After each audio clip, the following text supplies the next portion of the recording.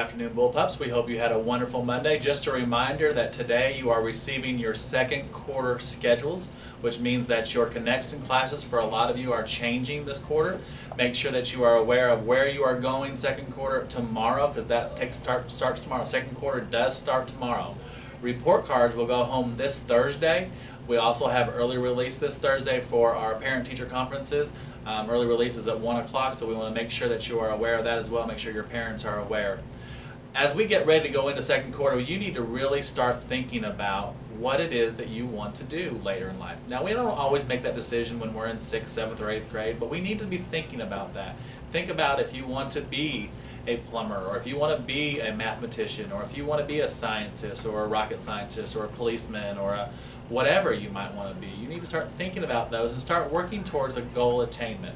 If we don't know where we're going, we get stuck and not do anything. We just kind of get stuck and we spin our tires, as they say. We want to help you focus on getting to where you want to go. That takes part in you always taking education seriously. I know that sometimes education in classrooms are not as fun as you want them to be, but we have to be here to learn. When we are giving you assessment, you have to, as students, do your best so our teachers can adjust their instruction based on your need. Last month, if you recall, we took some map testing during your math classes. Those tests took 2 or 3, 4 days, and it was in reading, and it was in math, and it was in ELA.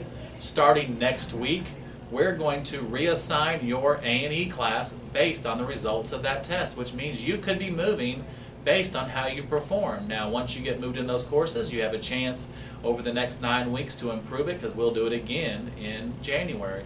But we want to make sure you understand that when you perform, or how you perform, will directly result in what type of help or what type of education you will continue to receive throughout your years here at the middle school. Also, as you move into the high school, we want to make sure you're prepared.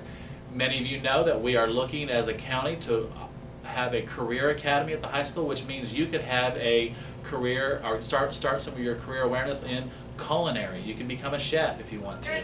You can you can get into drafting, you can get into STEM, you can get into advanced courses, and you can be taking college courses when you're in high school. So there's a lot of opportunities that start happening for you as you start paying more and more attention to what you want to do in your career. So we'll work with you.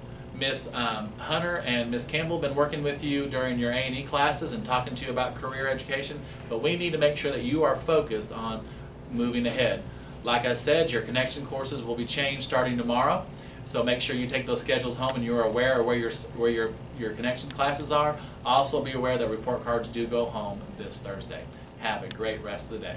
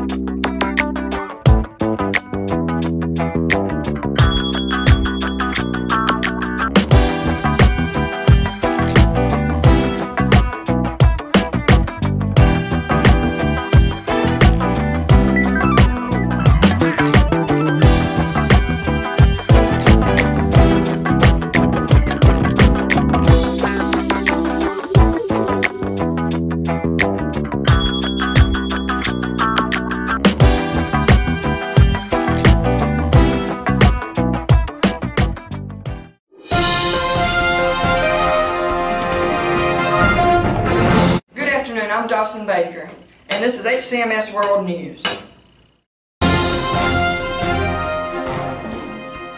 There is a new search on for an ISIS group member that is seen in the latest propaganda video watching over people as they dig their own graves and are later executed. The FBI is asking all Americans to help identify this man, and over the past 24 hours there has been at least a dozen phone calls on information of who it might be. The FBI will not release the identity of the man once they figure out who it is, because they do not want the man to know that we are tracking him. Our first story this afternoon is at 7:51 a.m. on Wednesday morning. Thomas Duncan, a patient diagnosed with Ebola, died at Texas Presbyterian Health Hospital. He was a Liberian American that has recently been in Liberia and traveled back to America about a week ago. He began having symptoms on September 24th and went to the hospital by the 26th and received antibiotics and was sent on his way back home. And it was not until the 28th that he returned to the hospital by ambulance.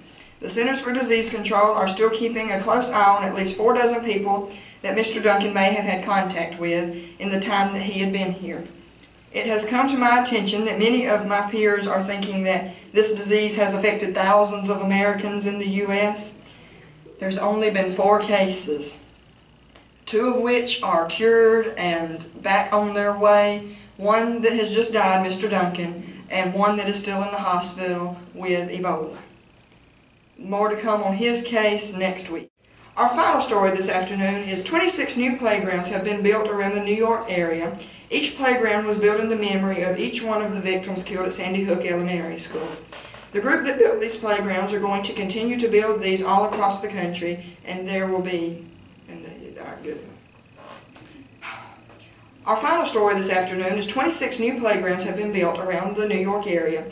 Each playground was built in memory of each one of the victims killed at Sandy Hook Elementary School. The group that built these playgrounds are going to continue building these playgrounds all across the country.